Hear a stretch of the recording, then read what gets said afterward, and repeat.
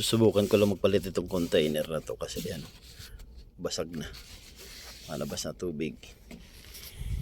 Ito yung aking pamalit.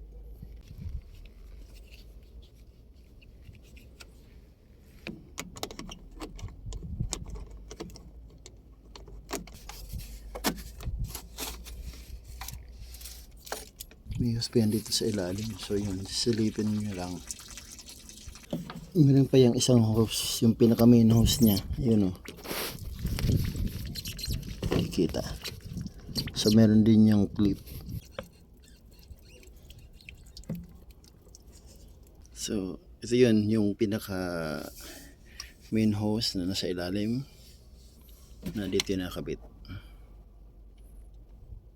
Yun, may clip lang din siya, so pag ibinalik, basta sasalpak nyo lang din, tapos higpitan yung clip, yun lang. Tapos babalik nyo na rin yung mga dating hose na mga maliliit.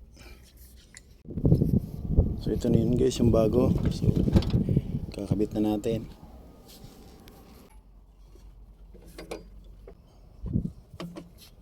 So yan na guys, nakakabit na. Siguro din nyo lang na nakasalpak ng ayos dun sa ilalim, tapos saka natin babalik yung clip.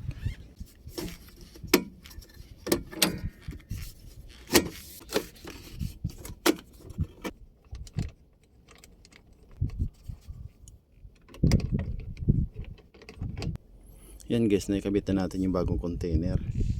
So nakakabit na lang natin yung takip, dahil walang bagong takip na kasama yung bago.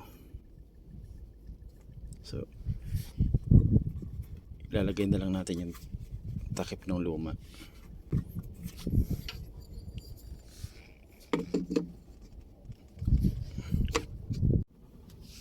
Ito po yung ilalagay nating coolant.